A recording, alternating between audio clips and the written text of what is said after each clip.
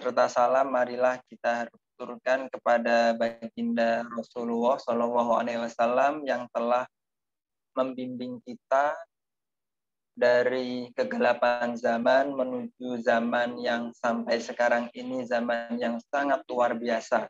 Karena beliau ilmu batiniah atau ilmu-ilmu kemanusiaan bisa tersebar sampai sekarang ini. Sebelum kita berlanjut, tadi saya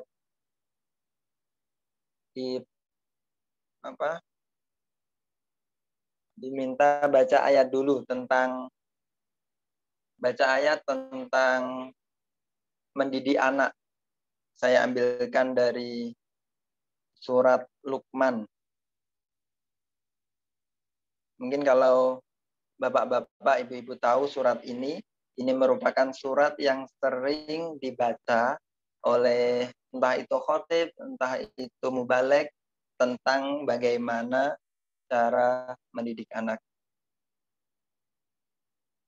A'udzu billahi minasy syaithanir rajim.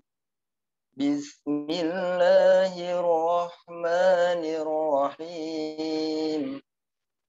Wa idz qala Luqmanu libnihi wa huwa ya'iduhu ya bunayya la tusyrik billah inna syirka la zulmun azim. ووصينا الإنسان بوالديه حملته أمه وهنا على وهن وفصاله في عامين أن اشكر لي ولوالديك إلي المصير وإن جاهدك على أن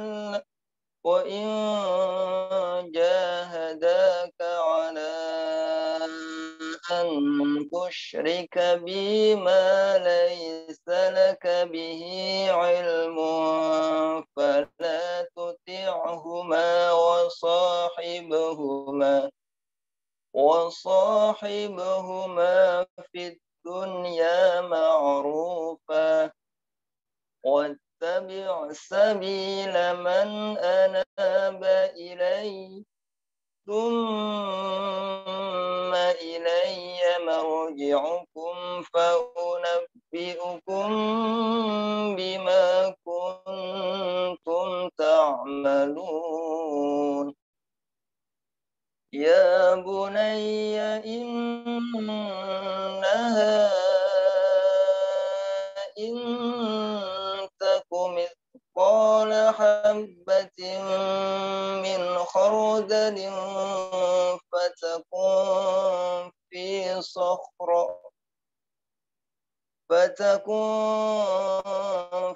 صخرة أو في السماوات أو في الأرض يأت بها الله إن الله لطيف خبير. يا بني أقم الصلاة وأمر بالمعروف وانه عن المنكر واصبر على ما أصابك إن ذلك من عزم الأمور.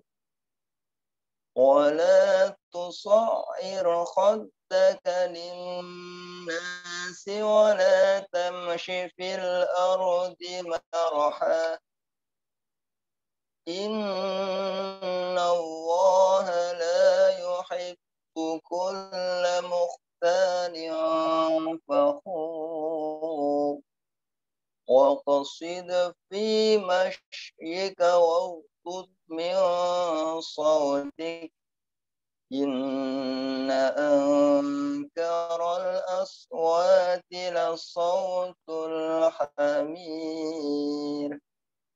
صدق الله العظيم. Alhamdulillahirabbil alamin. Pembacaan Al-Qur'an sudah selesai. Mudah-mudahan dengan seperti bacaan Al-Qur'an tadi membuat hati kita, pikiran kita lebih tenang, lebih bahagia. Karena menurut sebuah penelitian, dengan kita membaca atau dengan kita mendengarkan Al-Quran, insya Allah kita bisa mengambil atau menyedot energi-energi positif ke dalam tubuh kita.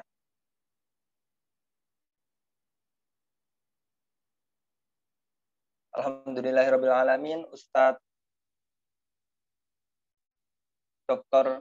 Wido Subraha, Magister Syariah Islam, sudah bergabung. Assalamualaikum Ustadz. Waalaikumsalam warahmatullahi. Alhamdulillah. Sehat Ustadz? Alhamdulillah. Mudah-mudahan Bapak Ibu sehat semuanya ya. Amin, amin. Alhamdulillah Bapak-bapak, Ibu-ibu semua, sahabat belajar semua. Beliau Ustadz Wido sudah bergabung bersama kita. Beliau merupakan Wakil Ketua Komisi Penelitian, Pengkajian dan Pengembangan Majelis Ulama Indonesia Pusat. Beliau juga sebagai Direktur Institut Adab Insan Mulia. Beliau juga sebagai dosen pasca sarjana Ibnu Khaldun. Masya Allah, begitu hebat beliau. Masya Allah Ustaz. Bapak-bapak, ibu-ibu semua, untuk mempersingkat waktu, insya Allah tema pada pagi hari ini yaitu tentang fondasi keluarga dalam mengasuh anak di era digital. Untuk mempersingkat waktu, kami persilahkan waktu kepada Bapak Dr. Wido. Kami persilahkan.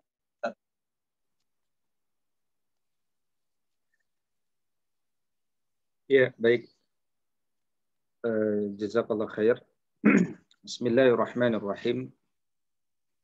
Allahumma anfa'na bima 'allamtana wa 'allimna bima yanfa'una wa zidna ilma. Uhayyikum jami'an bi tahiyyatil islamil khalidah wa tahiyyatul islami salam. Assalamu alaikum warahmatullahi wabarakatuh. Alhamdulillahi rabbil alamin. Nasta'inu ala umuri dunya wad-din. Asyhadu an la ilaha illallah wa asyhadu anna Muhammad Rasulullah. Allahumma fasalli wa sallim wa barik ala sayyidina Muhammad sayyidil mursalin wa ala alihi wa sahbihi ajma'in, amma ba'du.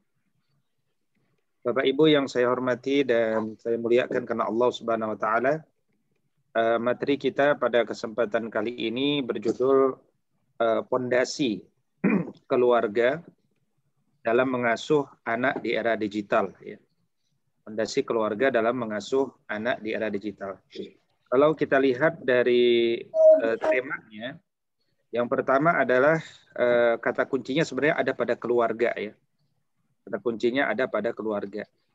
Ya, jadi bagaimana kemudian keluarga itu dia adalah kumpulan manusia yang berposisi baik sebagai ayah, sebagai bunda, maupun sebagai anak. Karena itu, apa kaitan dengan era digital? Era digital ini kan kaitannya tentang zaman. Zaman di mana hari ini terjadi digitalisasi di berbagai bidang. Termasuk hal ini juga berdampak pada cara hidup kita, jenis-jenis pekerjaan kita, bahkan masa depan daripada anak-anak kita. Yang itu semuanya harus kita pahami. Maka berbicara tentang era digital, saya kira masuk pada bab kedua nanti kita akan bahas. Kita ingin kuatkan dulu terkait tentang fondasi keluarga. Karena fondasi keluarga, baik di era digital maupun di era non-digital, seharusnya sama. Ya. Seharusnya sama, tidak ada yang berbeda. Jadi bahwa kemudian peran orang tua itu pun tetap harus sama. Ya, antara era digital sama non-digital. Misalkan ketika kemudian di era non-digital, ya, ketika di era non-digital kemudian seseorang itu memiliki tujuan tertentu, visi dan misi, maka itu pun harus sama. Contoh misalkan yang pertama, apa visi dan misi daripada keluarga? Ya, apa visi dan misi daripada keluarga? Ini pun harus sama, ya, antara era digital sama non-digital.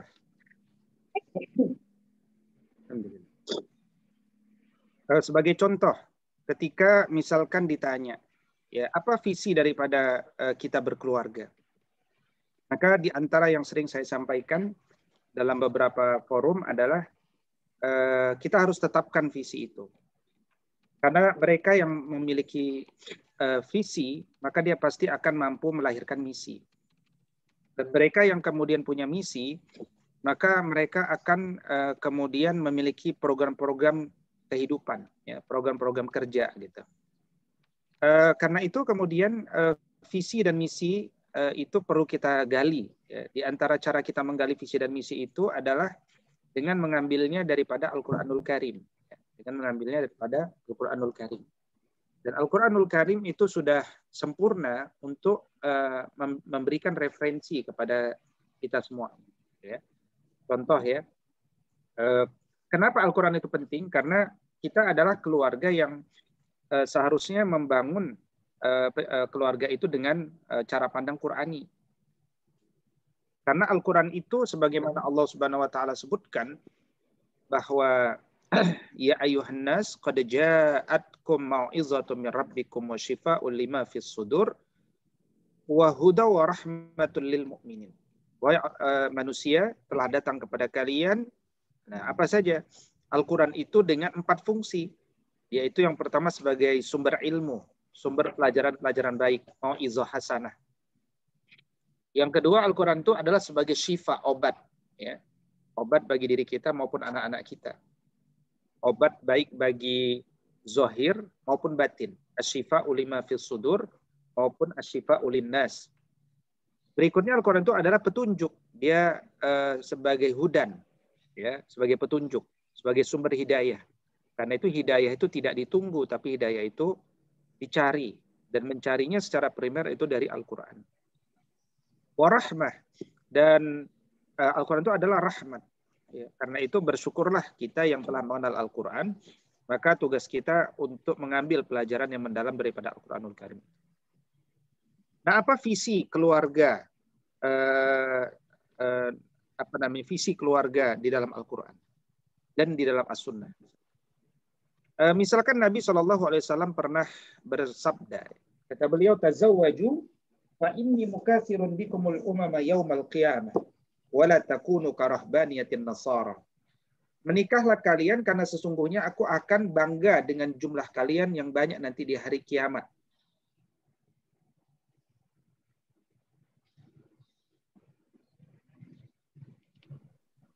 Dan janganlah kalian seperti pendeta-pendeta Nasrani.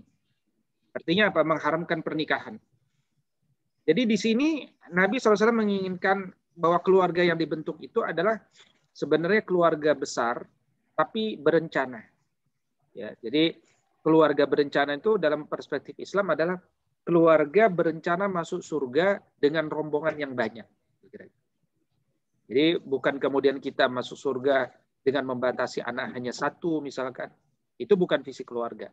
Makanya dalam sejarah itu Islam itu menguasai bukan semata-mata karena menang dalam pertempuran demi pertempuran, tapi juga dengan gelombang manusia, ya, dengan pernikahan, dengan kelahiran, ya, dan seterusnya. Nah, ini visi yang pertama. Jadi Nabi sedih kalau kita tidak masuk jannah secara lengkap. ada satu saja di antara keturunan kita yang tidak masuk jannah, tentu itu menyedihkan hati Nabi Shallallahu Alaihi Wasallam. Karena itu, mari kita punya visi membahagiakan Nabi. Karena Nabi hanya bangga kalau kita menemuinya nanti kelak di Al-Haud, di telaganya, dan dalam kondisi yang banyak. Dan karena itu visi ini harus diwujudkan nanti dengan misi gitu ya. Yang kedua, visi kita itu adalah karena kita hidup di dunia ini harus disukseskan. Dan pilihannya cuma dua, ya. Kita melahirkan generasi leader atau generasi follower. Kalau kita rujuk dari Quran surat Al-Furqan surat ke-25 ayat 74. Walladzina yaquluna rabbana hab lana min azwajina wa dzurriyyatina qurrata a'yun waj'alna lil muttaqina imama. Ya. Maka di sini lebih bermakna bahwa hendaknya dari rumah-rumah kita lahir generasi-generasi pemimpin. Ya, generasi-generasi leader. Kalau tidak kita akan menjadi generasi follower, ya. Nah, dalam konteks era digital, siapa yang disebut sebagai follower?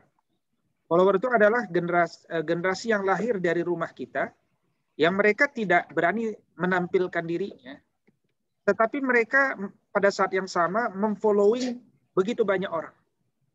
Nah, ini ciri kekalahan di era digital.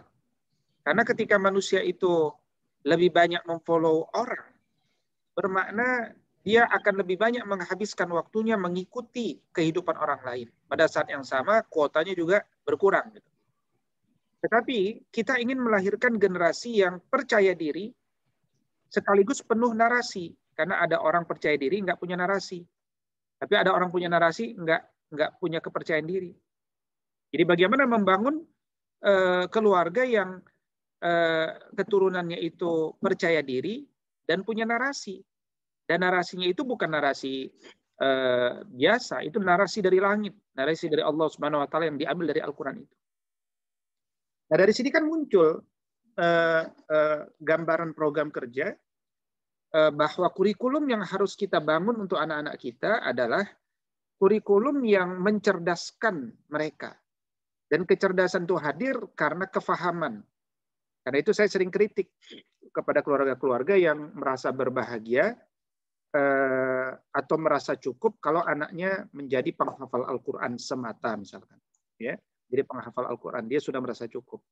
Saya kira ini sesuatu yang perlu dikritik karena menjadi penghafal Quran itu ya dia baik, tapi dia belum tentu berkorelasi positif menjadi generasi leader, gitu ya.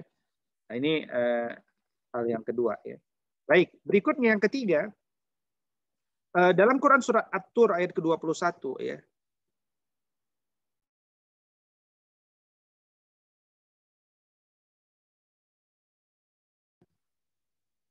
Jadi Allah Subhanahu wa taala mengatakan walladzina amanu wattaba'athum dzurriyyatahum biimanin alhaqna bihim dzurriyyatahum. Dan orang-orang yang beriman dan yang anak cucu mereka mengikuti mereka dalam iman, maka kami hubungkan anak cucu mereka. Ini menunjukkan bagaimana kemudian menjadi dalil bahwa seorang kakek bisa saja mengajak muridnya, yaitu dari kalangan cucunya, untuk membersamainya. Meskipun kualitas cucunya tidak setinggi daripada kakeknya. Tapi ayat ini menjadi dalil, kata para ulama, bahwa anak cucu mereka akan mengikuti mereka dalam jannah yang sama dengan kakeknya, meskipun tingkat amal ibadahnya, amal kesolehannya berbeda, ya, karena hal ini, gitu ya. Baik, berikutnya, ya, ketika ada visi, maka akhirnya kita punya misi. Nah, ini basis yang paling dasar sebenarnya. Dan misi keluarga Qurani itu adalah bukan sekedar, ya, saya katakan sekedar itu karena berarti bukan berarti misi yang sekedar ini buruk, ya, itu baik, ya, yaitu misi melahirkan generasi dari anak-anak kita itu generasi pekerja, generasi ahli tenaga ahli atau tenaga terampil. Itu baik, tidak ada masalah. Tapi kita itu mendidik keluarga kita bukan sekedar, nah, itu yang disebut bukan sekedar. Karena kalau kita didik sebagaimana pendidikan secara umum, yaitu melahirkan tenaga ahli dan tenaga kerja atau tenaga terampil, yang namanya tenaga itu buruh. Dan buruh itu sebenarnya adalah pemakai ya secara umum misalkan dia pemakai teknologi atau dia pelaksana investasi gitu. Nah, berarti siapa yang punya teknologi dan siapa yang berinvestasi? Nah, umumnya bukan kaum muslimin begitu. Nah, karena itu kita bukan generasi yang mengikuti arus, tapi kita adalah generasi pembuat arus. Spirit isyhadu bi annana muslimun, ya, saksikan bahwa kami ini muslim, itu harus terus-menerus kita gaungkan kepada anak-anak kita. Mereka harus punya kepercayaan diri yang luar biasa sebagai seorang muslim. Ya, wala tahinu wala tahzanu, kata Allah, wa antumul a'launa in kuntum ta'lamun. Jangan merasa sedih, jangan pernah khawatir, engkau itu tinggi, ya. Engkau itu sudah ditinggikan Allah Subhanahu wa taala. Karena itu tegakkan kepalamu ketika berada di tengah orang-orang asing, di tengah orang-orang barat, di tengah orang-orang China, di tengah orang-orang non-muslim ini, tegakkan kepalamu. Ya, jangan pernah kita merasa rendah diri, gitu ya. Nah, karena itu kenapa orang itu bisa tegak? Kenapa orang itu bisa percaya diri? Jawabannya karena dia paham kenapa dia harus percaya diri. Dan dia memiliki ilmu akan hal itu. Ya, dia memiliki ilmu akan hal itu. Nah, tetapi ilmu itu akan mendorongnya pada kepercayaan diri dan gerak amal, manakala keluarga itu dia selalu mendahulukan sesuatu yang substantif, yaitu menanamkan iman dan adab. Ya, menanamkan iman dan adab. Dan ini perintah Allah dalam Quran surat At-Tahrim ayat ke-6. Ya, dengan firman-Nya, wahai orang-orang yang beriman, jagalah diri kalian dan jaga keluarga kalian dari api neraka yang cirinya banyak sekali itu di bawah itu. Ya, jadi bagaimana menjaga, apa yang dimaksud sebagai jagalah keluarga kalian? Maksudnya adalah tanamkan adab kepada mereka, tanamkan iman kepada mereka. Ya, tanamkan adab kepada mereka, tanamkan iman kepada mereka. Maka fokuslah melahirkan generasi beradab. Dan sosok yang beradab itu pasti dia tidak akan melupakan kesuksesan di dunia. Termasuk apakah dia kemudian mengejar kekayaan, itu adalah pelajaran dalam Islam itu sendiri. Tetapi kalau kemudian tujuan kita agar manusia itu mengejar kekayaan semata, dia akan dapat kekayaan, tetapi dia belum tentu menjadi sosok yang beradab. Dan karena itulah hari ini kita banyak menyaksikan orang-orang yang merasa menyesal dengan gaya hidupnya sejauh ini, dan akhirnya melakukan hijrah di umur-umur 40, 45 tahun, 50 tahun, atau bahkan sesudah pensiun. Ya, umur 55 tahun kemudian mereka baru mulai belajar agama ini. Kenapa itu bisa terjadi? Karena memang desainnya adalah bukan desain melahirkan generasi beradab, ya. Tapi desainnya adalah desain yang hanya sekedar melahirkan tenaga terampil tadi. Nah, ini beda orientasi akan beda hasilnya, itu yang saya maksudkan dalam hal ini. Ya. Nah, karena itu cara berpikirnya adalah iman, adab, ilmu, amal. Ya, kita tanamkan iman agar nanti kelak lahir generasi yang siap beramal untuk Allah Subhanahu wa taala, untuk kejayaan umat ini, izul Islam wal muslimin, dan tentunya untuk bangsa dan negara ini. Tapi kalau kita sekedar melahirkan generasi untuk bangsa, maka dia belum tentu bergerak untuk Allah Subhanahu wa taala. Tapi ketika kita dorong mereka bergerak untuk Allah, mereka pasti bergerak untuk bangsa. Jadi selalu orientasikan yang tertinggi, makanya visi itu tinggi. Ya. Dan apa yang kita sampaikan ini sebenarnya tidak terlepas ya daripada apa yang disampaikan di dalam Pancasila, yaitu kemanusiaan yang adil dan beradab. Di sila kedua Pancasila, kemanusiaan yang adil dan beradab ini hanya bisa dikerjakan oleh orang-orang yang berketuhanan yang Maha Esa.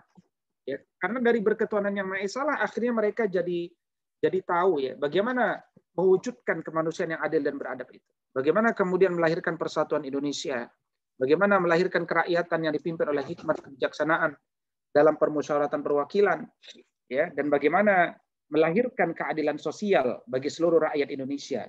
Nah, itu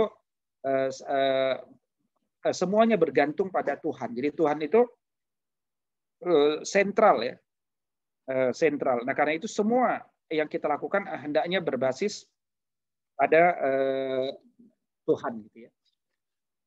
Baik, karena itu kemudian adab lebih utama ketimbang ilmu itu sendiri. Ini penting. Jadi kalau kita, dan karena itu pelajari dulu adab dan akhlak sebelum ilmu. Sebagaimana Abdullah ibn Mubarak dulu mengatakan, ta'allamtu adab salasuna sanah wa ta'allamtu ilm ishrin. Aku dulu mengajarkan adab kepada keluarga, dahulu aku belajar adab selama 30 tahun dan kemudian belajar ilmu selama 20 tahun. Gitu ya. Jadi adab itu lebih mereka utamakan daripada ilmu itu sendiri. Gitu ya. Baik. Karena itu kemudian setelah kita mengetahui orientasi basis adab ya dalam hal ini dan mengenal orientasinya ya, maka kemudian kita patut masuk juga pada diskusi terkait bagaimana peran ya kita sebagai seorang orang tua. Saya sering sampaikan bahwa kepada ayah bunda, misalkan wahai ayah bunda, suka tidak suka, ya siap tidak siap, ketika kita punya anak, maka sejatinya kita itu sudah dipercayakan oleh Allah Subhanahu wa taala dan dianggap bukan dianggap, ditetapkan sebenarnya mampu untuk menjadi orang tua yang terbaik. Dan orang tua itu adalah pendidik.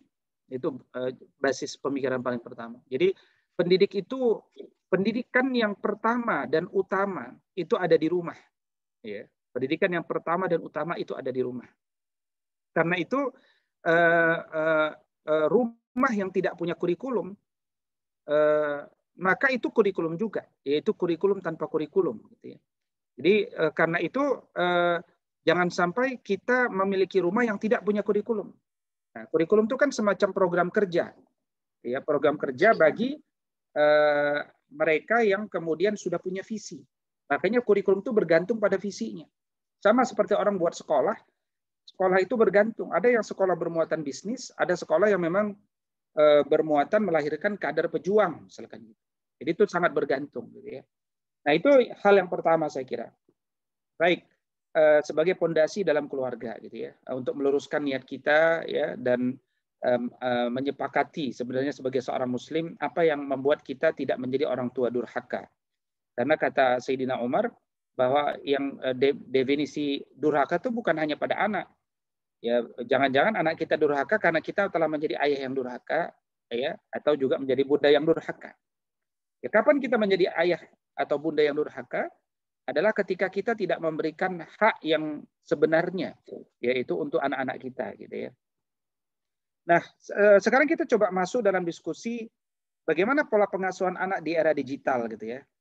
Baik, yang pertama perlu kita pahami adalah apa itu digital itu sendiri, gitu ya. Apa itu digital? Ya. Jadi era digital itu kan era dengan digit-digit 0 dan 1 ya. Dan sederhananya adalah bagaimana segala sesuatu itu sekarang menjadi menjadi berubah ya, luar biasa. Dan kita sekarang masuk ya pada era revolusi industri 4.0 ya. Di era industri 4.0 ini cirinya adalah berkembangnya ya Internet of Things ya dan AI atau artificial intelligence ya.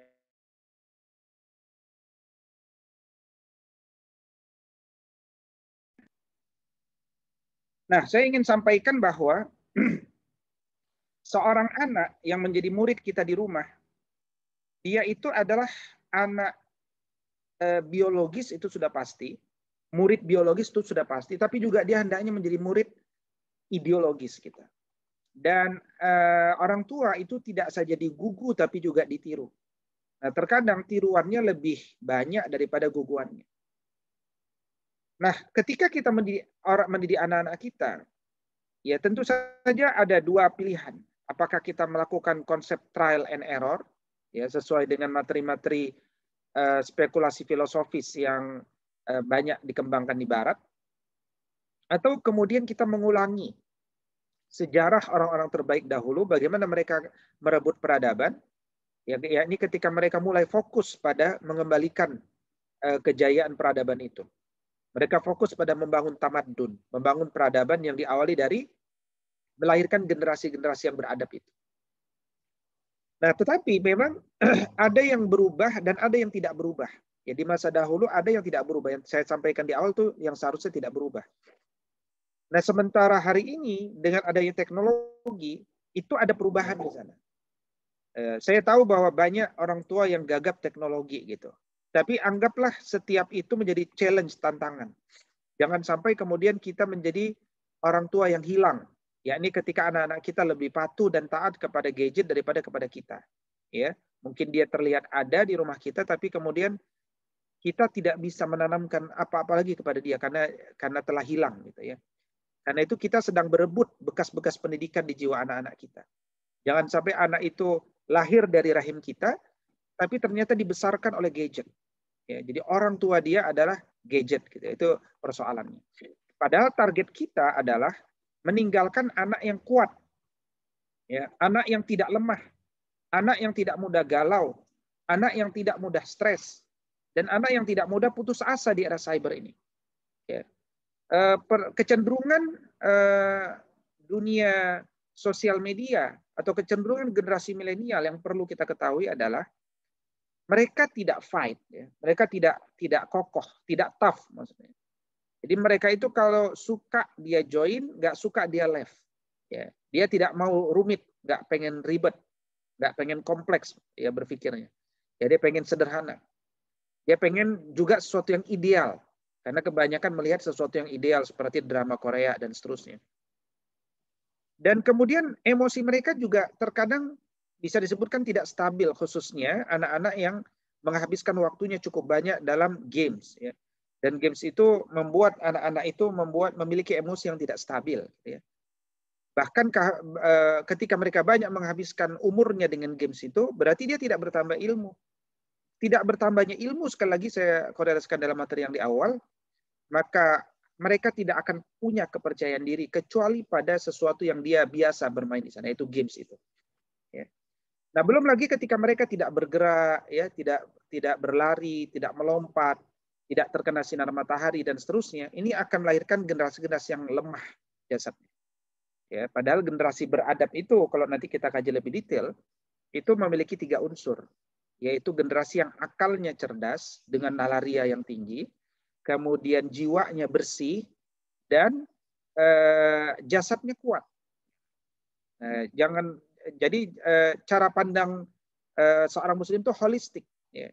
Dia bukan sekedar melahirkan anak yang terlihat bagus amaliyah ibadahnya, bukan semata itu.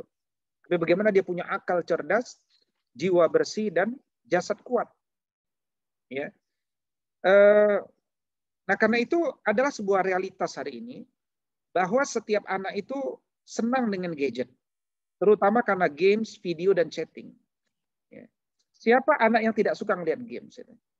Siapa anak yang tidak suka melihat video? Dan siapa anak yang tidak suka dengan chatting? Ya. Tapi persoalannya ini adalah pekerjaan anak-anak yang bertipikal visualisasi sebenarnya. Sebenarnya anak itu lahir dengan kecenderungan yang berbeda-beda. Ya. Ada yang tipe kinestetik, ya, auditori, ya, ada tipe visual. Tetapi seakan-akan kita ini memaksakan semua anak kita dengan tipe visual. Ya. Dan kesalahan kita, saya kira, adalah ketika kita mempercayakan dia kepada guru yang tidak bisa menetapkan yang baik dan buruk untuknya, yaitu gadget. Di gadget itu adalah semacam bentuk guru yang baru di zaman hari ini, ya, yang kemudian dia akan memberikan informasi apapun yang dibutuhkan oleh anak. Ini menunjukkan bahwa dia bukan guru yang baik, ya. Kecuali kita bisa mengontrolnya, ya, melalui misalkan parenting control kids, ya, dan seterusnya. Nah, mungkin ya. Tetapi manakala kita orang tua tidak mampu membersamai anak kita dengan gadget itu, maka kenapa kemudian kita fasilitasi mereka dengan gadget itu? Ya, dan karena itu kemudian jangankan kita Muslim, orang-orang non Muslim saja seperti di Amerika, di Eropa secara umum, ya, mereka saja mulai membatasi, ya, gadget itu pada anak-anak mereka. Ya, bahkan di Inggris itu ada sampai disertasi itu no mobile phobia, ya. Jadi bagaimana mulai muncul penyakit anak-anak yang tidak bisa tenang kalau dia tidak pegang gadget. Nah, ini berbahaya sekali. Dan itu ada jenis penyakitnya itu. Ya. Nah, padahal yang dibutuhkan oleh seorang anak yang sejati itu apa? Satu, dia seharusnya tahu dari siapa, dari orang tuanya, yaitu apa itu kebaikan. Yang kedua, dia harusnya mendapatkan kesan-kesan manis bersama kedua orang tuanya, ya, dan masih berpikir positif.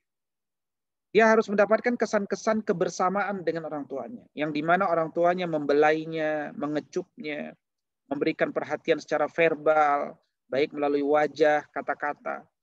Ya, yang dibutuhkan seorang anak itu apa? Kehadiran the real hero ketika anaknya sedih, keberadaan the real misionaris ketika anaknya sakit, ya. Dia yang mendoakan, dia yang kemudian menemani, ya, memberikan motivasi. Ya, kemudian dia butuh kesaksian the real appreciator. Ya, ketika anaknya unjuk prestasi, itu yang dibutuhkan. Ya, yang dibutuhkan seorang anak juga adalah kedekatan saat makan dan juga acara-acara khusus di saat libur. Saya pernah atau saya sering mengamati bagaimana keluarga-keluarga itu makan malam, ya, tetapi masing-masing memegang handphonenya. Jadi mereka memang duduk makan malam, tapi mereka tidak saling berdiskusi, tidak saling berbicara, karena mereka sibuk dengan apa yang ada di tangan mereka. Dan itu saya kira kurikulum juga itu, kurikulum dengan gadget yang membuat mereka tidak saling berbicara. Padahal seharusnya bisa saja dibuat kurikulum khusus untuk makan, ya, maka handphone kita tidak bawa, kita akan berdiskusi, saling menyuapi, ya, saling menguatkan. Itu sebenarnya sangat mudah untuk kita lakukan selama kita punya visi yang benar, gitu ya. Selama kita punya visi yang benar.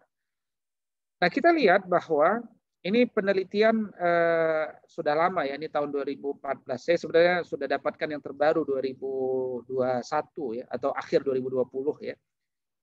Tapi saya belum sempat update slide ini, ya. Ya, tapi kira-kira saya kira bukan bertambah baik, tapi kurang lebih sama lah, ya. Kurang lebih sama.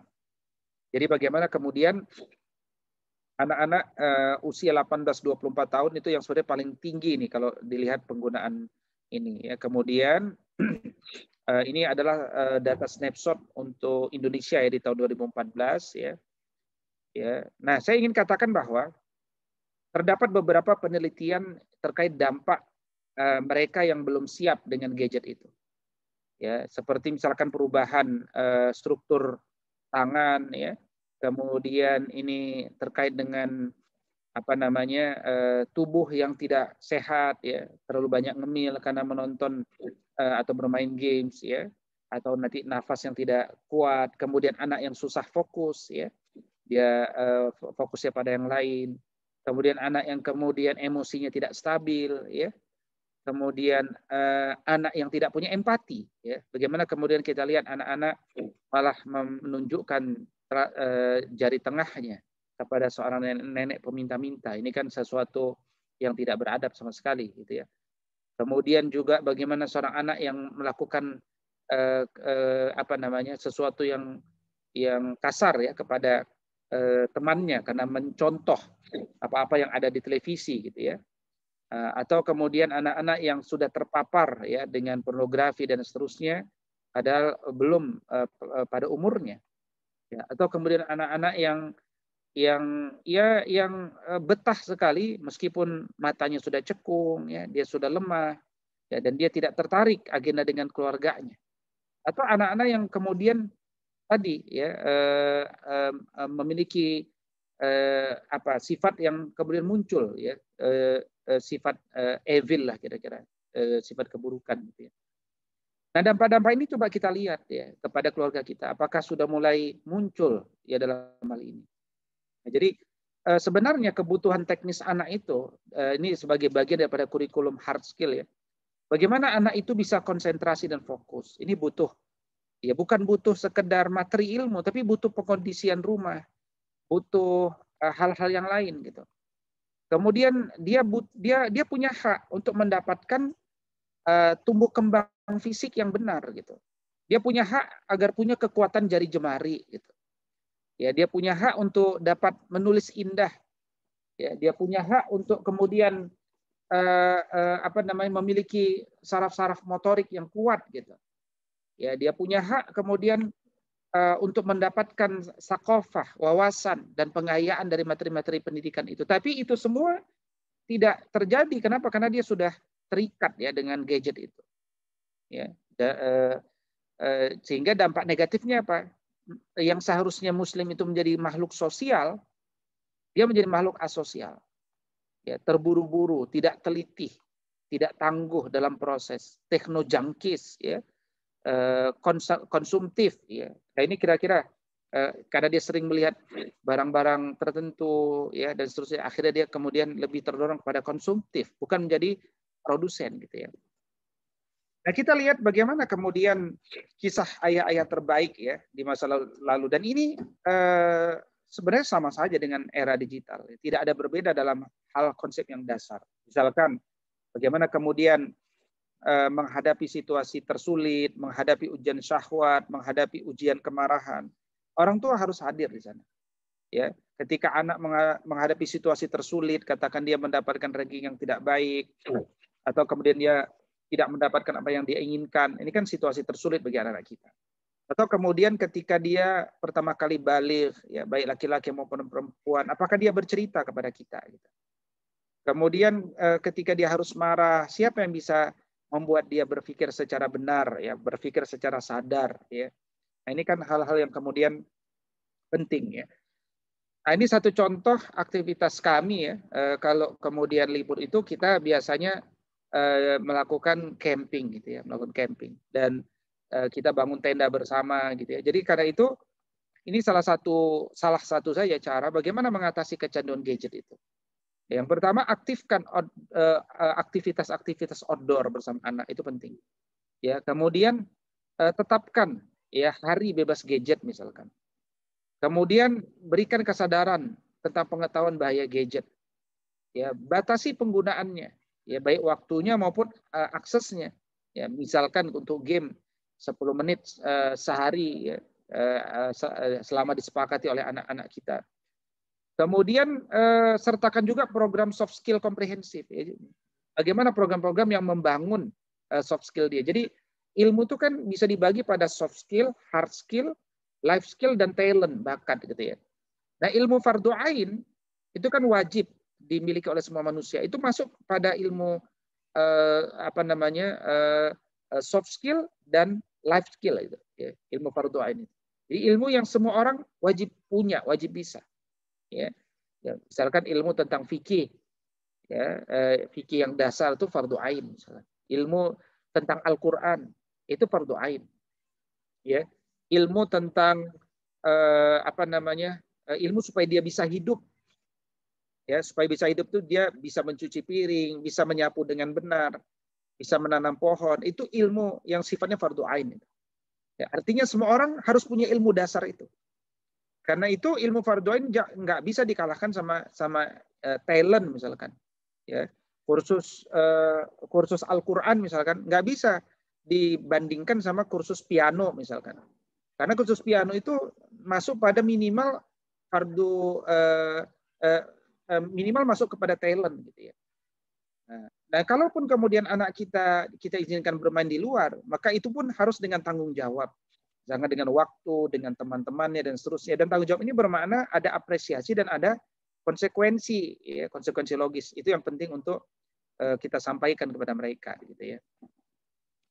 Nah, karena itu kemudian ya sebenarnya kita perlu checklist ya, khususnya ini bagi para ayah bunda yang kemudian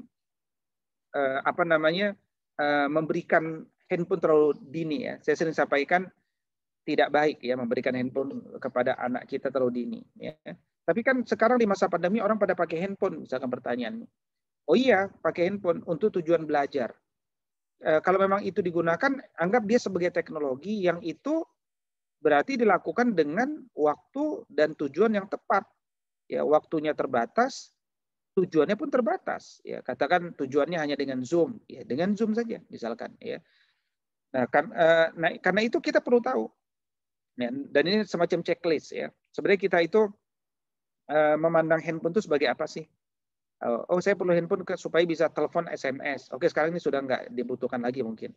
Saya perlu untuk WhatsApp atau Telegram. Saya perlu untuk aplikasi khusus sekolah. Saya perlu untuk aplikasi kecerdasan dan Microsoft Office.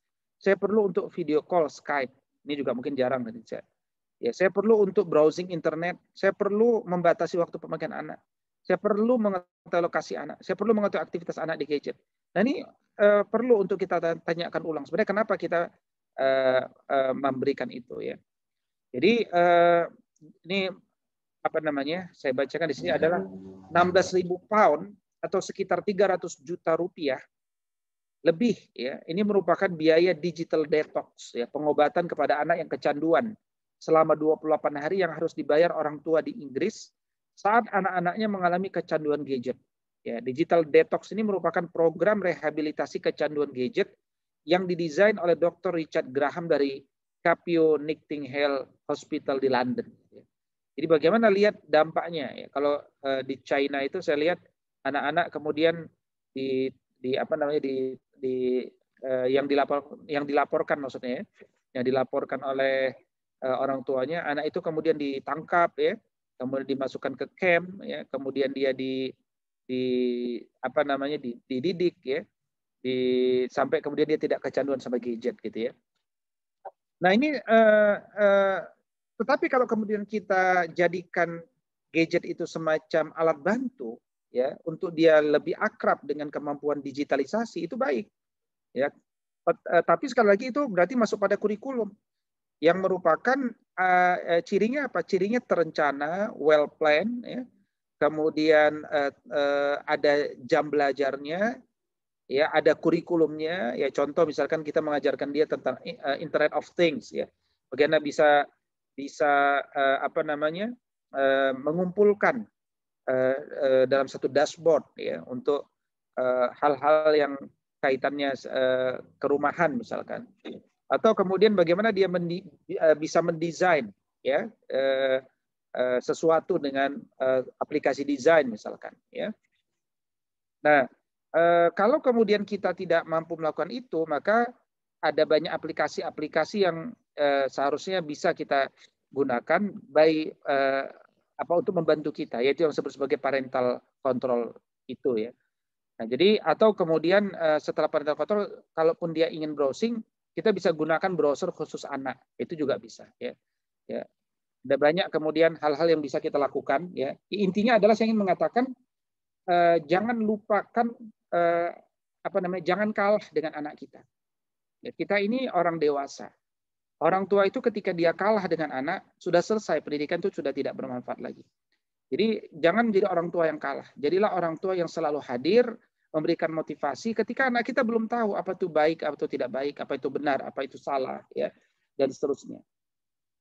Baik, berikutnya kemudian di masa hari ini, ya, kita bukan hanya di era digitalisasi, ya, tapi juga di era pandemi, gitu ya. Jadi ada beberapa hal yang kemudian di antara basis pendidikan anak itu adalah basisnya itu adalah ketika kita mendidik anak kita itu, apalagi baik di era digital maupun tidak di era digital, kata kuncinya adalah basis itu adalah sabar. Ya. Jadi kata kunci paling dasar dalam pendidikan itu adalah sabar. Allah Subhanahu Wa Taala katakan misalkan ya di dalam Al-Quran, wa'mur ahlaka bis salati wastabir 'alaiha. Perintahkanlah keluargamu untuk sholat, kemudian bersabarlah. Ya, wastabir 'alaiha.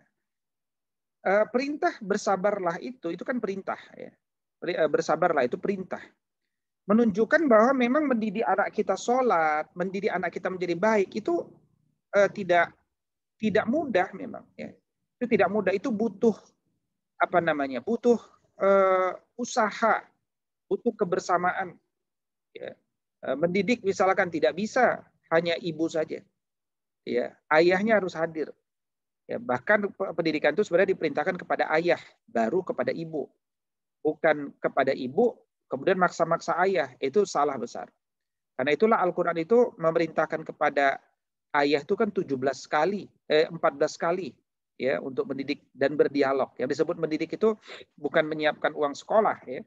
Mendidik itu basisnya adalah dialog komunikasi. Ya.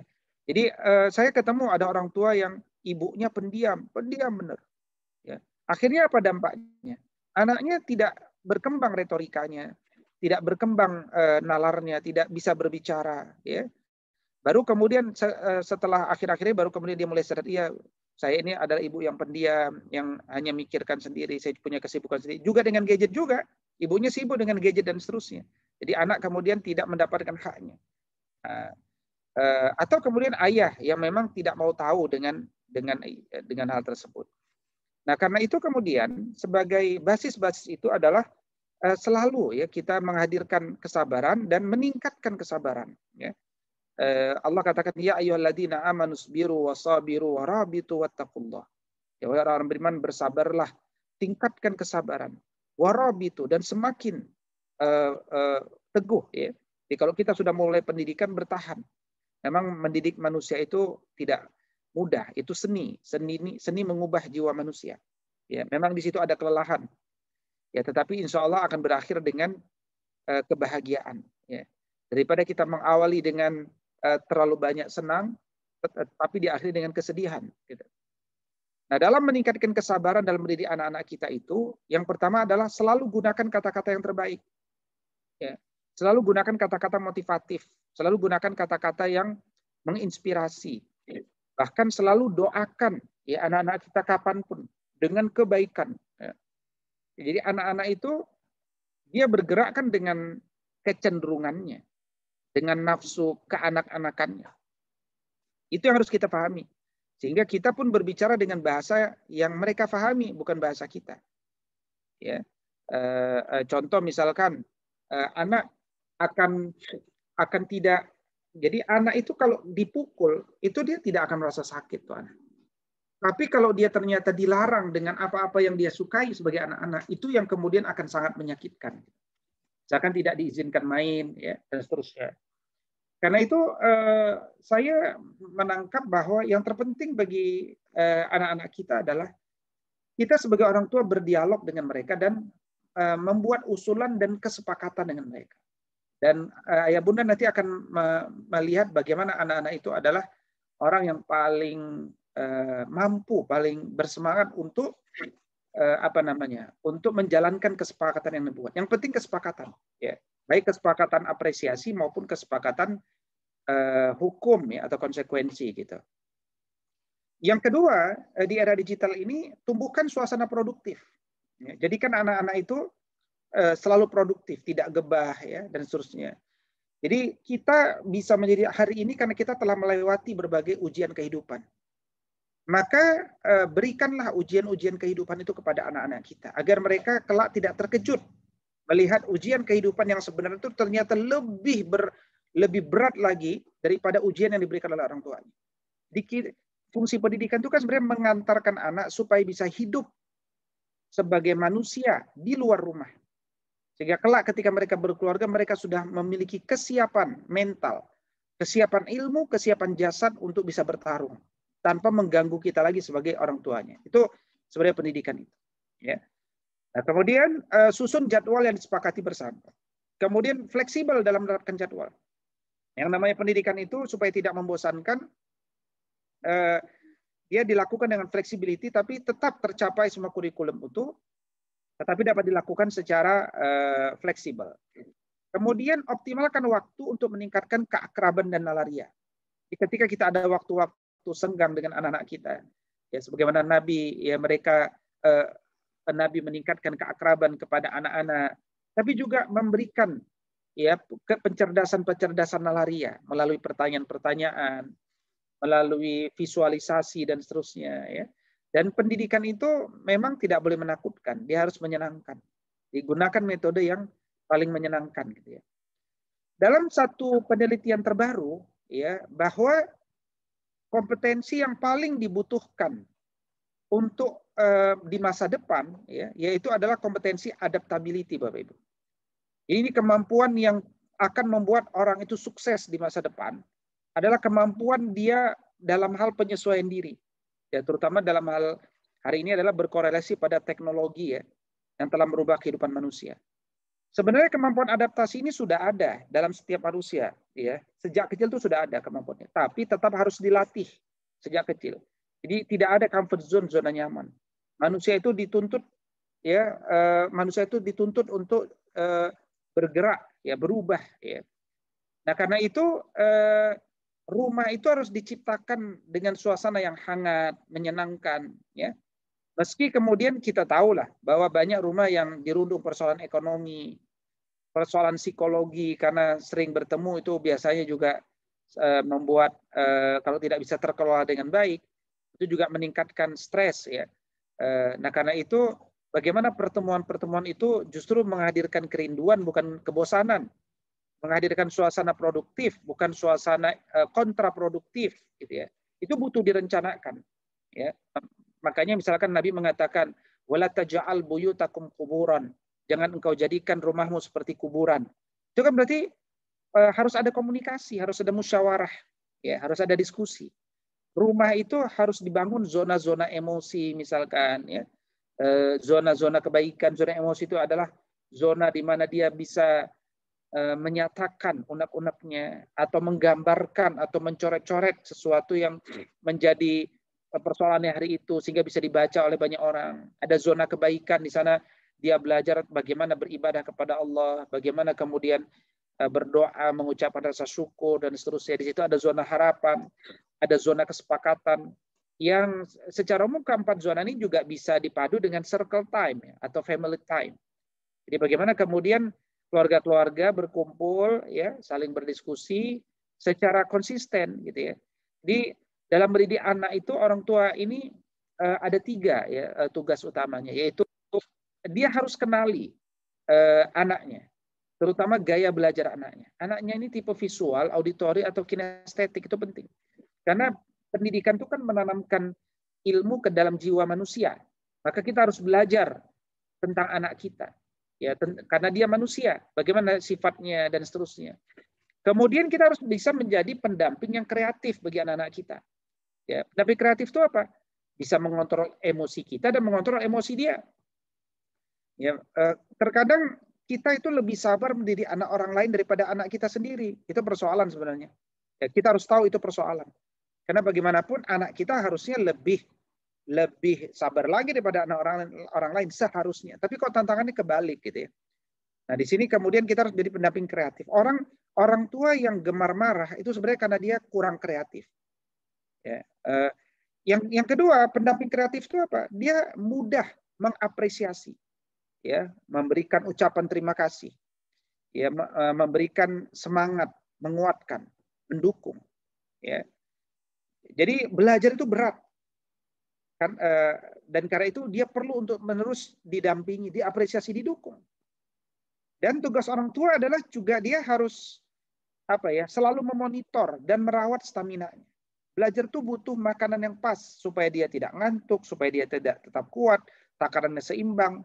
Nah, itu apa jenis makanannya, bagaimana takarannya? Orang tua harus sampai ke arah sana supaya anak itu tetap kuat dalam menuntut ilmu di era digital misalkan.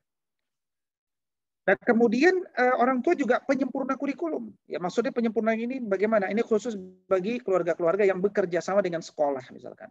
Katakan pagi jam 6 sampai jam 12 dia di sekolah. Nah, sekolah itu kan mitra kita. Pendidikan sekali lagi sebagaimana tadi saya sampaikan basis di awal, dia adalah di rumah. Ya, tapi kemudian kita ingin bersinergi dengan sekolah, pukul 6 sampai 12 kita sinergikan. Maka setelah jam 12 sampai jam 6 itu kan ada di rumah. Disitulah penguatan adab itu kita sempurnakan. Ya, misalkan kita dorong dia untuk beribadah, tapi bukan sekedar ibadah, tapi penghayatan ibadah. Kita dorong dia supaya punya kasih sayang, jujur, sopan santun, ya, ekspresif, kolaboratif. Ya, ini kan semuanya perlu direncanakan, gitu ya, sehingga tanpa sadar mereka mengalami hidden curriculum, kira-kira begitu. Ya, kemudian ketika kita menyusun program, ya, sama seperti misalkan Bapak Ibu menjadi kiai di pesantren, ya, atau kepala sekolah di pondok pesantren, gitu. Kan Bapak Ibu akan ingin membuat santri-santri semuanya sibuk, ya, mulai dari selama 24 jam, termasuk istirahat jam 9 sampai jam 3 atau jam 10 sampai jam 3 pagi. Di pesantren itu jam 10 sampai jam 3 pagi itu tidur. Setelah itu tidak ada tidur. Nah, kita harus cek apa saja program-program yang harus dilakukan, ya. Dan nanti kita bagi, ya. Ya, jadi kita petakan dulu. Contoh, program malam ada sholat berjamaah, tadabbur Al-Quran, tausiyah ba'da sholat, meroja Al-Quran, makan malam bersama. Itu program, itu makan malam bersama. Ya, jangan kita makan sendiri-sendiri sambil nonton TV, itu bukan program, ya. Itu program juga, ya, tapi program yang tidak berorientasi pada kurikulum itu. Kemudian qiyamnya ma'al Quran, ya, kemudian istighfar di waktu sahur. Ini contoh-contoh aktivitas yang biasa dikerjakan di malam hari, ya. Jadi kenapa saya tulis poin ke-7 istighfar di waktu sahur? Karena ada namanya sahur, tapi orang lebih konotasi dengan makan gitu. Jadi kalau sahur itu makan. Padahal apa namanya, Allah katakan kan wabil ashari hum yastaghfirun. Di waktu sahur itu engkau hendaknya banyak beristighfar. Kondisikan keluargamu banyak beristighfar kepada Allah. Itu waktu sahur. Ya, jadi waktu sahur itu bukan banyak tertawa, bukan menonton televisi kemudian kita tertawa-tawa. Itu akan menghilangkan kesahduan dan kekhusyuan daripada istighfar itu. Itu satu contoh ya.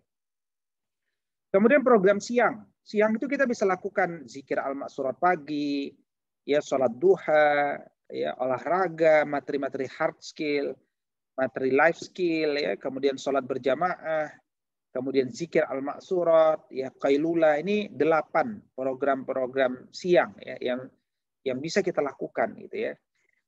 Nah, misalkan program Al-Qur'an tadi. Yang disebut program Al-Qur'an itu bukan hanya hafal Qur'an, ya. Itu apa namanya, bahkan sahabat Nabi itu tidak semuanya penghafal Quran, Bapak Ibu, ya. Jadi program Al-Quran itu bisa dibagi pada tilawah Al-Quran, kemudian murojaah hafalan Al-Quran, tadabbur Al-Quran, menuliskan kandungan inti, menyebarkan kandungan. Ya. Misalkan kalau saya membiasakan anak-anak itu supaya kuat juga literasinya, ya, digitalisasinya juga, saya minta selepas menyetorkan hafalan, dia menuliskan di WordPress, ya, dia tuliskan di WordPress apa hasil pembacaan tadaburnya. Ya, tentu dengan bahasa dia, nggak usah kita koreksi. Yang penting secara umum oke lah gitu ya. Nah, kemudian kita bisa melibatkan anak-anak kita ya di era digitalisasi ini. Anak kita itu kalau perlu nasi goreng dia tinggal beli di aplikasi. Dia perlu lontong dia tinggal beli, tapi dia nggak pernah tahu bagaimana cara membuat nasi goreng, bagaimana cara membuat lontong. Bisa dibayangkan, dia nggak akan bisa hidup tanpa gadget. Dia akan bisa kelaparan kalau nggak ada gadget. Itu persoalan besar, ya. Dan itu koreksi pendidikan kita. Karena itu di era digitalisasi bukan berarti kita kemudian tidak mengajarkan anak kita memasak, membersihkan rumah, membuat kue, berkebun, bereksperimen, rihla. Ini semuanya hal-hal yang harusnya kita lakukan gitu. Kemudian hard skill ya, hard skill misalkan ya, ini sekedar sharing-sharing yang saya lakukan saja, misalkan mengajarkan anak ya, saya mengantarkan kepada mereka, kepada teman yang punya studio radio misalkan, untuk belajar desain video, desain meme ya. Kemudian kita kerjasama dengan murid yang bisa menjahit ya, diajarkan menjahit sampai based on project based learning lah ya. Jadi pembelajaran berdasarkan project. Projectnya dia punya rok sendiri, dia jahit. Kemudian kita sinergi dengan beberapa guru-guru dari Sudan untuk belajar bahasa Arab, dengan beberapa teman untuk belajar bahasa Inggris via Zoom ya. Kemudian ada murid yang juga dia memiliki kemampuan membuat novel ya. Jadi bagaimana kemudian proyeknya apa, dia memiliki novel sendiri ya. Jadi menulis novel ya. Kemudian menuliskan tadabbur. Ini adalah bentuk-bentuk hard skill ya. Hard skill yang memang dibutuhkan untuk seseorang tuh bisa eksis nanti di dalam konteks apapun ya. Jadi bahasa, kemampuan video, audio, narasi ya, ini semuanya hal-hal paling dasar gitu ya. Nah, kemudian juga program-program keluarga ini penting. Ya, misalkan program bersama anak, kita ingin menanamkan adab kepada anak-anak kita. Gimana caranya? Kita lihat dalam Al-Quran. Al-Quran itu mendidik, menanamkan adab kepada anak-anak itu dengan keteladanan, dengan nasihat, dengan kisah, ya, dengan mengambil ibrah, dengan pembiasaan, dengan memanfaatkan waktu luang, dengan targhib, dengan tarhib. Ya, kemudian tadi membangun keterampilan, ya, dengan memasak, membersihkan rumah. Yang membersihkan rumah itu bukan sekedar menyuruh menyapu, tapi bagaimana melihat kualitas hasil menyapu. Bukan sekedar mengepel, tapi bagaimana kualitas hasil ngepelnya. Bukan kemudian dia sekedar disuruh membaca buku cerita, tapi kita minta dia storytelling, menceritakan kembali apa yang dia pahami. Ya, kemudian bukan sekedar bermain laptop, tapi juga kita harus dorong dia supaya bisa mengetik 10 jari. Dengan target misalkan kecepatannya 90 word per minute misalkan. Ya, 90 WPM misalkan. Ya, kemudian program bersama pasangan, ini terus-menerus dievaluasi. suami istri terus-menerus di waktu malam diskusi, mengevaluasi media komunikasi mereka, ada yang buruk tidak, dengan anak bagaimana, ya kan? Selalu kuatkan kembali visi, kuatkan kembali misi, ya bangunlah program islahul ailah, ya perbaikan keluarga terus-menerus, ya. Ini hal-hal yang penting gitu. Nah, kemudian sedikit kita singgung dalam masalah era digital ini, ketika anak-anak itu banyak membaca, pasti banyak pertanyaan, gitu ya. Jadi bagaimana adab kita sebagai orang tua ketika menjawab pertanyaan-pertanyaan anak-anak kita? Yaitu yang pertama, hendaknya kita selalu menjawab pertanyaan dengan menjadikan Allah itu sumber penyebab utama. Jadi selalu kaitkan jawaban kita dengan Allah. Itu akan semakin mengakrabkan dirinya dengan Allah, gitu ya. Yang kedua, kalau kita belum bisa menjawab, tetap harus dijawab, tetapi sampaikan bahwa kita akan jawab dengan waktu yang tertentu, misalkan karena kita ingin memastikan lagi jawabannya, ya. Kemudian yang ketiga, kalau ternyata kita keliru dalam menjawab, maka pada waktu berikutnya lakukanlah permohonan maaf dan merevisi jawaban, karena itu pendidikan sendiri ketika kita merevisi jawaban itu. Kemudian memberikan syarat kelanjutan jawaban, ya. Jadi misalkan jawabannya akan dilanjut kalau anak melakukan ini, misalkan. Itu juga semuanya dicontohkan oleh Nabi. Kemudian yang kita sampaikan adalah berbasis ilmu, bukan prasangka, bukan perkiraan, bukan menduga-duga, ya, bukan ilmu cocok logi juga, gitu ya. Nah, kemudian juga kita menyampaikan itu sebisa mungkin dengan bahasa yang majazi, ya, bukan dengan yang vulgar, ya, bukan apa adanya, tapi gunakan kosakata yang tinggi lah, ya. Ya, kalau perlu ilustrasi, berikan ilustrasi dan selalu kuatkan semangat anak. Itu adab kita ketika berdialog dengan mereka. Ya.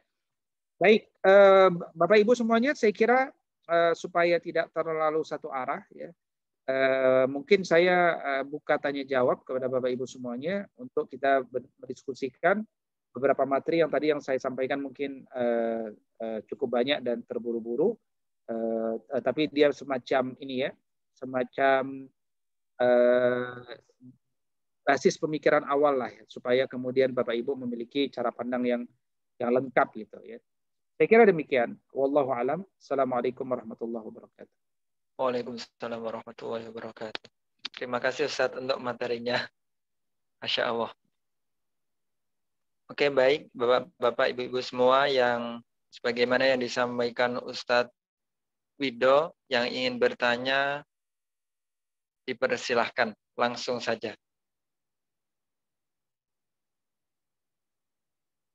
Atau bisa lewat chat juga gak apa-apa, nanti saya bacakan.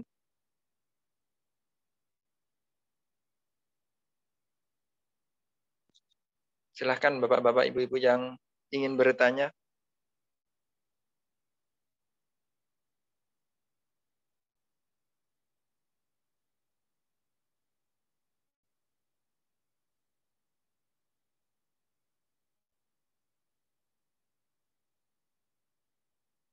Bunda Hasna ingin bertanya kayaknya.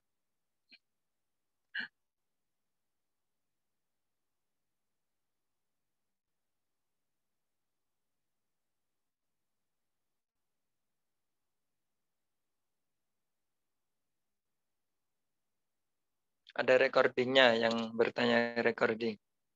Insya Allah ada.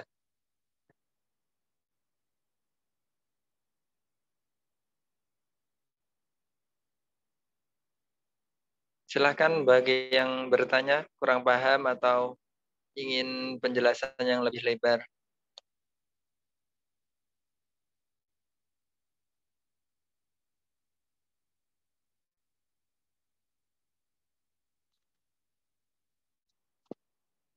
Silahkan Bunda Hasna bertanya langsung.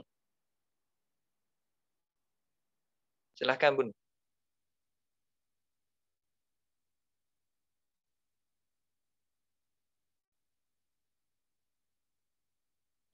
Ada yang bertanya Ustadz. Ini dari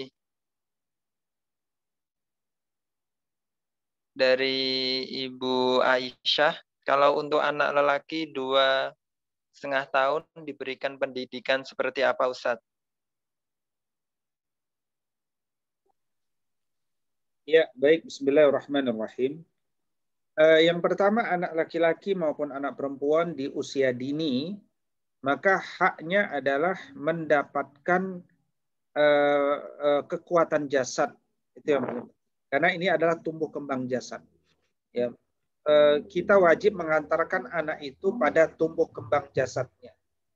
Ya, baik kesehatan matanya, ya, kesehatan jantungnya, kesehatan kulitnya, ya, dan seterusnya. Nah, itu kira-kira target dasar. Termasuk dalam penelitian terbaru itu adalah tumbuh kembang sensor motorik itu akan tetap tumbuh secara alamiah, tapi berhenti di 80%. Nah, seandainya orang tuanya itu banyak berdiskusi, banyak men-trigger, banyak apa namanya merangsang daripada tumbuh kembang saraf itu, maka dia akan bisa sampai ke 100%. Tapi kalau orang tuanya pendiam, maka 20% itu tidak akan diperoleh. Maka anak kita akan tidak mendapatkan haknya. Itu menurut penelitian terbaru gitu ya.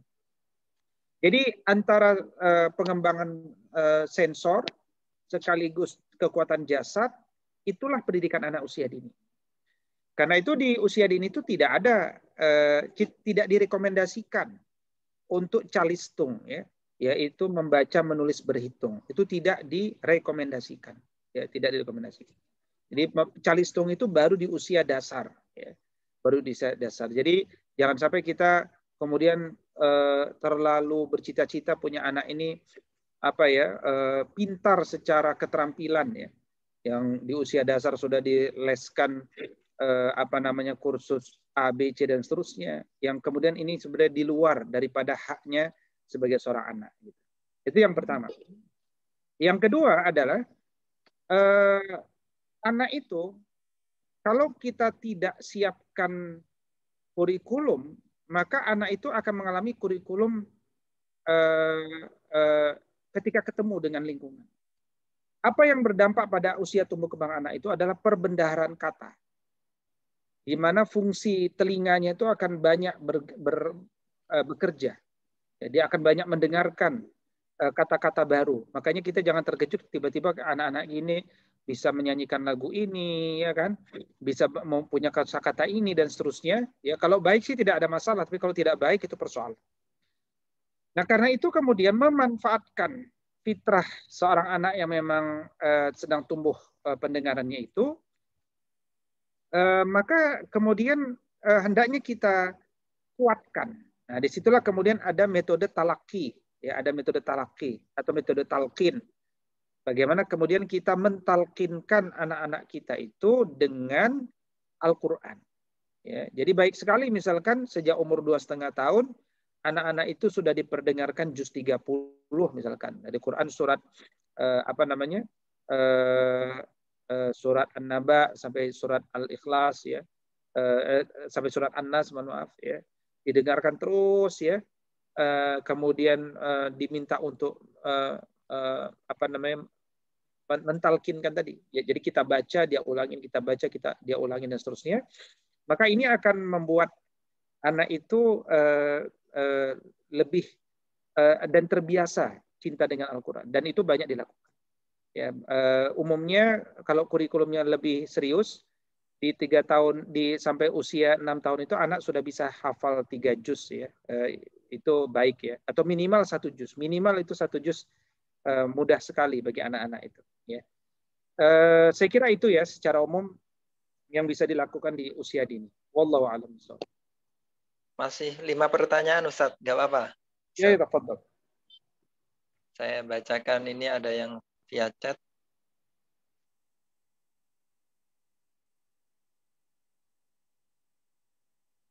Pertanyaan pertama, bagaimana cara memperbaiki jika sudah terlanjur kecanduan HP dan ayahnya anggap itu wajar dan anak akan bosan nantinya? Itu yang ini langsung atau satu-satu, Ustaz? Langsung saja, mungkin singkat-singkat saya jawab, ya. Iya. Itu yang, ya. Baik, yang pertama adalah yang namanya kecanduan. Kalau kecanduan itu tidak baik, maka itu tidak wajar. Kalau seseorang kecanduan sholat 5 waktu itu baik. Ya, kalau anak kita kecanduan makan makanan yang halal itu baik. Ya, tapi kalau dia kecanduan gadget, ya, dan yang dimaksud kecanduan gadget itu adalah kecanduan gadget kan banyak ya. Jadi kecanduan gadget itu kecanduan apa? Misalkan kecanduan main games. Ya, dan tingkat kecanduannya katakan sehari itu sampai 5 jam, 6 jam. Maka ini tidak baik. Ya, mengukur baik tidak baik itu dari mana? Sederhana. Anak kita ketika main game bisa baca bismillah nggak? Ya, Bismillahirrahmanirrahim. Selesai main game dia bisa baca alhamdulillah nggak? Kalau nggak bisa, maka itu bukan sesuatu yang baik. Jadi itu tidak, dan yang tidak baik itu tidak wajar kalau dibiasakan. Ya, itu yang pertama. Jadi kita bisa menjawab persepsi manusia juga dengan ilmiah, ya, bahwa yang dia sebut wajar itu sebenarnya tidak wajar. Yang kedua, anak akan bosan nantinya. Nah, ini saya belum pernah ketemu ada anak bosan main game itu, saya belum pernah ketemu. Kecuali gamenya sudah habis ya, nggak ada lagi. Tapi selama game itu masih ada tingkatannya, ya kemudian ada lagi muncul versi terbaru, ya kemudian derajat yang terbaru, dia pasti akan kejar. Ya, dan saya sudah pernah ketemu, misalkan anak yang sudah S1, S2, S3 bahkan di luar negeri, saya tidak sebutkan negaranya ya. Dia pulang ya, kemudian dia berkeluarga dengan istrinya, tetap ujungnya bercerai. Kenapa? Sederhana, istrinya merasa nomor 2, nomor satunya adalah games. Ya, jadi satu contoh. Nah, karena itu tugas pendidikan itu bukan membiarkan, pendidikan itu tidak membiarkan, dia seni. Mendidik itu seni mengubah jiwa manusia. Ada tarik ulur, ada negosiasi, ada creativity, itu pendidikan. Kalau kita lepaskan dan menganggap itu wajar dan nanti anak akan bosan pada akhirnya, itu menunjukkan kita tidak menjalankan fungsi kita sebagai orang tua. Dan kita tidak kreatif, atau kita tidak punya narasi, atau kita tidak punya semangat, atau mungkin kita nggak punya cita-cita untuk memiliki anak yang solih dan solihah. Saya khawatir kita nanti menjadi orang tua yang durhaka. Anak kita nggak tahu itu baik buruk. Dia nanti tahu setelah umur 30-40, oh ternyata dulu bekas-bekas baik dari orang tua saya, apa bekas-bekasnya. Dan dia tidak akan mengatakan bahwa anak orang tua saya mengizinkan saya bermain game terus-menerus itu adalah kebaikan. Tidak. Nah, karena itu kemudian gimana cara memperbaiki jika sudah terlanjur kecanduan? Nggak ada masalah ya. Jangankan kecanduan games, kecanduan narkoba saja masih bisa diobati kok. Namanya rehabilitasi. Orang gila saja itu bisa diobati. Ya. Jadi hidup ini al-waktu indana juz'un minal ilaj. Waktu itu adalah bagian daripada pengobatan. Ketika kita tahu itu keliru, maka segera lancarkan pengobatannya. Nah, pengobatan itu nggak bisa dikerjakan sendiri. Dia harus berdua, suami istri. Maka baguskan komunikasi suami istri, bangun visi, kemudian mulai bergenggaman tangan untuk memperbaiki apa-apa yang sudah terlambat kita lakukan. Saya kira demikian. Wallahu a'lam bishawab. Satu lagi Ustaz, masih ada. Tafadhol, tafadhol. Bagaimana sikap kita menghadapi anak yang senang bernegosiasi atas suatu hal yang dia inginkan, sementara kondisi saat itu kita orang tua sedang capek atau sedang tidak bisa bernegosiasi? Ya, bismillahirrahmanirrahim. Yang pertama, negosiasi itu harus dibuat oleh orang yang sama-sama sehat akalnya, ya, bersih jiwanya, bugar raganya. Itu tuh syarat ya. Jadi karena itu kalau kita belum sampai ke arah sana, jangan lakukan. Mungkin katakan, oke, Abi istirahat dulu 1 jam, nanti 1 jam kita ngobrol lagi. Itu saya kira nasihat. Jadi jangan lakukan negosiasi pada saat kondisi kita sedang buruk, ya, sedang tidak pada kondisi yang fresh. Ya, karena pada akhirnya kita akan membuat keputusan yang ya minimal anak kita nggak gangguin kita. Kita akan katakan, udah deh, daripada sibuk, daripada ribut ya dan ribet, dah kerjain aja apa yang kau mau. Nah ujungnya begitu, itu bahaya. Ya, jadi lebih baik, oke, tahan dulu, jangan negosiasi sekarang, nanti ya 2 jam lagi. Habis tidur dulu, istirahat dulu, nanti 2 jam lagi kita bicara. Nah, itu boleh. Ya, jangan buat keputusan ketika situasi belum kondusif. Saya kira demikian. Wallahu a'lam. Alhamdulillahirrahmanirrahim. Pertanyaannya masih banyak banget Ustaz, tapi karena sudah jam 9, Bapak-bapak, Ibu-ibu semua, kita akhiri dan nanti dilanjutkan di grup, itu pesan dari admin tadi. Terima kasih Ustaz Dr. Wido atas materi yang sangat luar biasa pada pagi hari ini. Mudah-mudahan Ustaz selalu sehat, barokah umurnya, dan selalu mendapat ridha Allah Subhanahu wa taala. Amin ya Allah ya rabbal alamin. Wa antum kadzalik. Amin. Bapak-bapak, Ibu-ibu semua, mari kita tutup kajian pada pagi hari ini dengan suratul Fatihah. Mudah-mudahan apa yang disampaikan oleh Ustadz Wido manfaat, barokah di dunia wal akhirah, menjadi bekal kita semua, menjadi bekal keluarga kita semua, sehingga kita terus dapat berjuang menjadi keluarga yang sakinah, mawaddah, warahmah, tentunya memiliki profesional dan selalu cerdas membangun keluarga yang nomor satu. Amin ya rabbal alamin. Kiranya itu yang dapat saya sampaikan. Saya mohon maaf dari awal sampai akhir kalau ada khilaf. Mohon maaf yang sebesar-besarnya.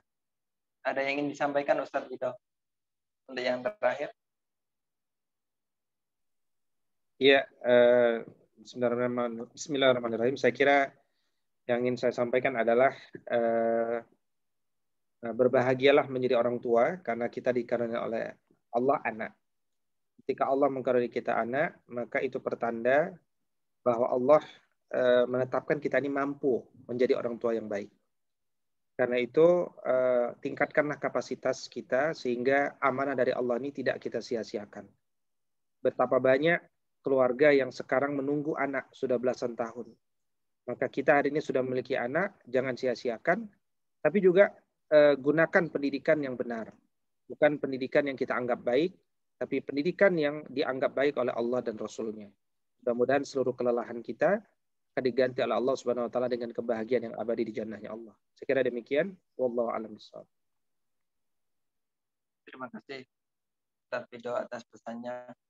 Kiranya itu ngaji atau kuliah pada pagi hari ini semoga bermanfaat. Dari saya, mari kita tutup dengan suratul Fatihah. Al-Fatihah. A'udzu billahi minasyaitonir rajim. Bismillahirrahmanirrahim. Alhamdulillahi rabbil alamin. Arrahmanir rahim. Maliki yaumiddin.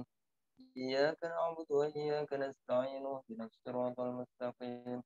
Siratal ladzina an'amta 'alaihim ghairil maghdubi 'alaihim waladdallin. Amin. Sekian dari kami. Wa'alaikum minkum. Wassalamualaikum warahmatullahi wabarakatuh. Waalaikumsalam warahmatullahi wabarakatuh. Undur diri Bapak Ibu semuanya. Assalamualaikum. Silakan Ustaz.